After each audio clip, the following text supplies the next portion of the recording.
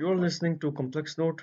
This is the second part of process models. So, in previous, we studied about general process models like waterfall, models, prototype models, etc. So, in here, we will be discussing about specialized process models, which are basically suitable for a specific piece of software or specific piece of development. So, specialized process models are specific types of software process models that are designed to handle unique or particular situation in software development, where general models like waterfall or agile software might not be suitable. They are specialized because they are adapted or designed for certain types of software, specific for project environments or unique development constraints. So let's say, for example, imagine you are building a software kind of like a construction house. Now there are different ways or models to go about building it. It basically depends upon your need. These different approaches are called software process model. So number one, the component based development model is a type of specialized model where commercial off the shelf software components are developed by vendors who offer them as a product, provide targeted functionality with well-defined interface that enable the component to be integrated into the software that is to be built. So let's take an example. Think of like using a Lego block to build something. You don't build every small piece of it from scratch. Instead, you use ready-made components. Okay, just like Lego bricks, they are already built and tested by someone else. These are also known as COTS, commercial off the shelf software. Okay, you first look for the good quality blocks or components, then make sure they can fit it together in your structure. Check if they will work well with each other. After that, you design the layout. So in software, you design the software architecture in a way that it's hold up all the blocks together properly. You place them in order and test everything to ensure that final structure works perfectly. This method is basically similar to like spiral model, meaning it's iterative and evolutionary. You keep improving in small steps, testing and integrating as you go. The component-based development model comprises application from packaged software components. Okay, so number one, it is available. Number one, available component-based product are researched and evaluated for application domain in question. Number two, component integration issued are considered. A software architecture is designed to accommodate the components. Components are integrated into architecture. Comprehensive testing is conducted to ensure the proper functionality. So the next one is the formal method model. So it is also the type of specialized process model. So what is this? The formal methods model includes a set of activities that leads to formal mathematical specification of computer software. Formal methods enable us to specify and develop and verify a computer-based system by applying a mathematical notation. When formal methods are used during the deployment, they provide a mechanism for eliminating many of the problems that are difficult to overcome using other software engineering methods. Ambiguity, incompleteness, and inconsistency. They are some of the problems that may occur, and in this method, they basically are discovered and corrected more easily, not through ad or any other review, but through the application of the mathematical analysis. So let's take example for like this model is like using mathematics to create and verify your software. Imagine writing your software ideas and plan in formulas and proofs, just like in math. So there's no chance of confusion or mistakes. This way, any other like missing information or unclear instructions are caught early, not later when things get serious. It is very strict and precise method used in systems where accuracy is super important, like in medical software or spacecraft system or weather system.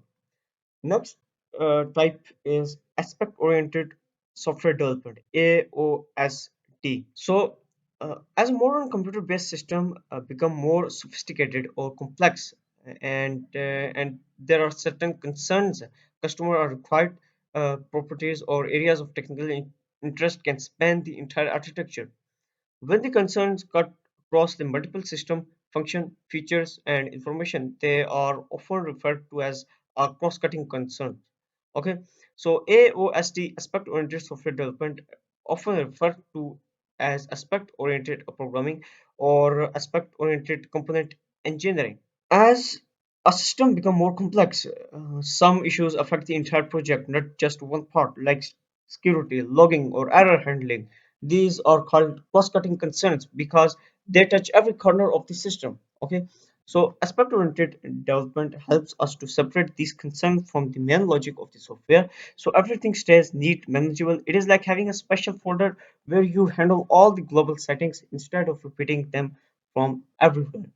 So the next one is unified process. Okay, so the specialized process model, they are ended at aspect-oriented software development. Now the new one is a unified process model. So what are what is this unified process model? So unified process model is an attempt to draw on the best features and characteristics of the traditional software process model, but characterize them in a way that implements many of the best principles of agile software development. Okay, so the unified process model recognizes the importance of customer communication and streamlined methods for describing the customer reviews of a system. The use case, it suggests a process for that is attractive and incremental, providing the evolutionary feel that it is essential in modern software development. Okay, so there are some of the phases of unified process. Number one, inception. Number two, elaboration. Number three, construction. Number four, transition. Number five, production. Okay, so let's go through it one by one.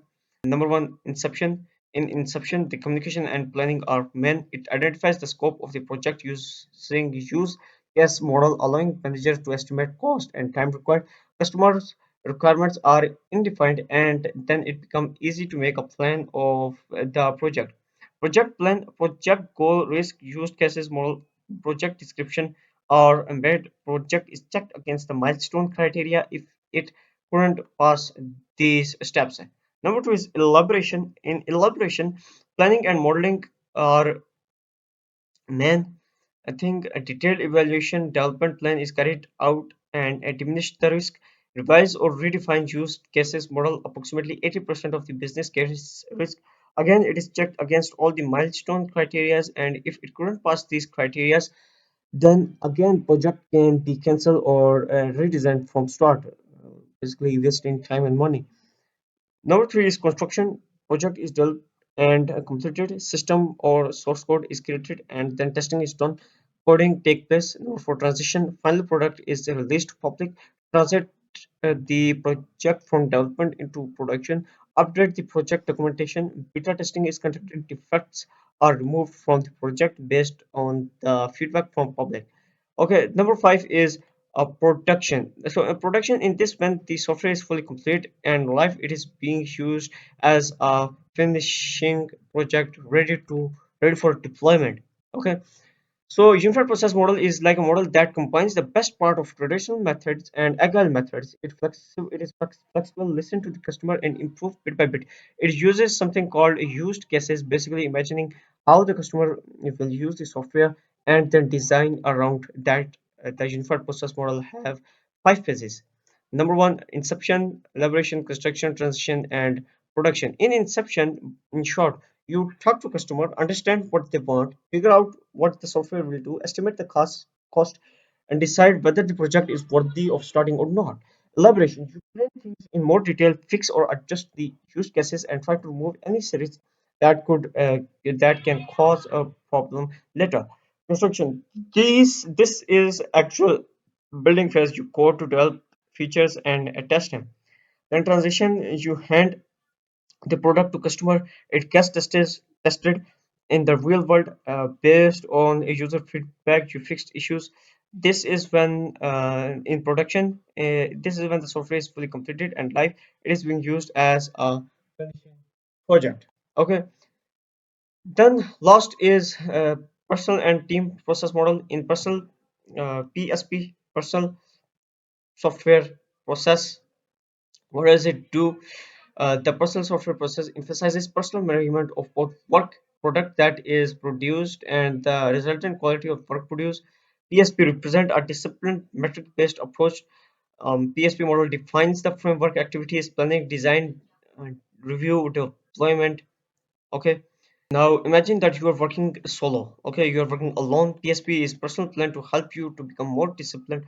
You plan your own work, measure how long it takes, and try to improve based on your mistake and learning. It is like becoming your own project manager, planning, reviewing, coding, and then analyzing what went well and what didn't after the work is done. The next one is a team software process model. So basically, it is to build a self-directed project team that organizes itself, product high quality software.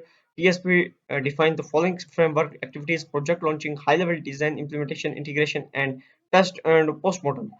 Uh, I mean, like postmortem here is the postmortem of your software. PSP is similar to PSP, but PSP is for a team. Okay, the team organizes itself, work together, and follow a disciplined approach. They plan, design, build, and test the software just like PSP, but as a group. The goal is to make the team act like a unit, focusing on the quality and measuring their process together. You are listening to Complex Notes.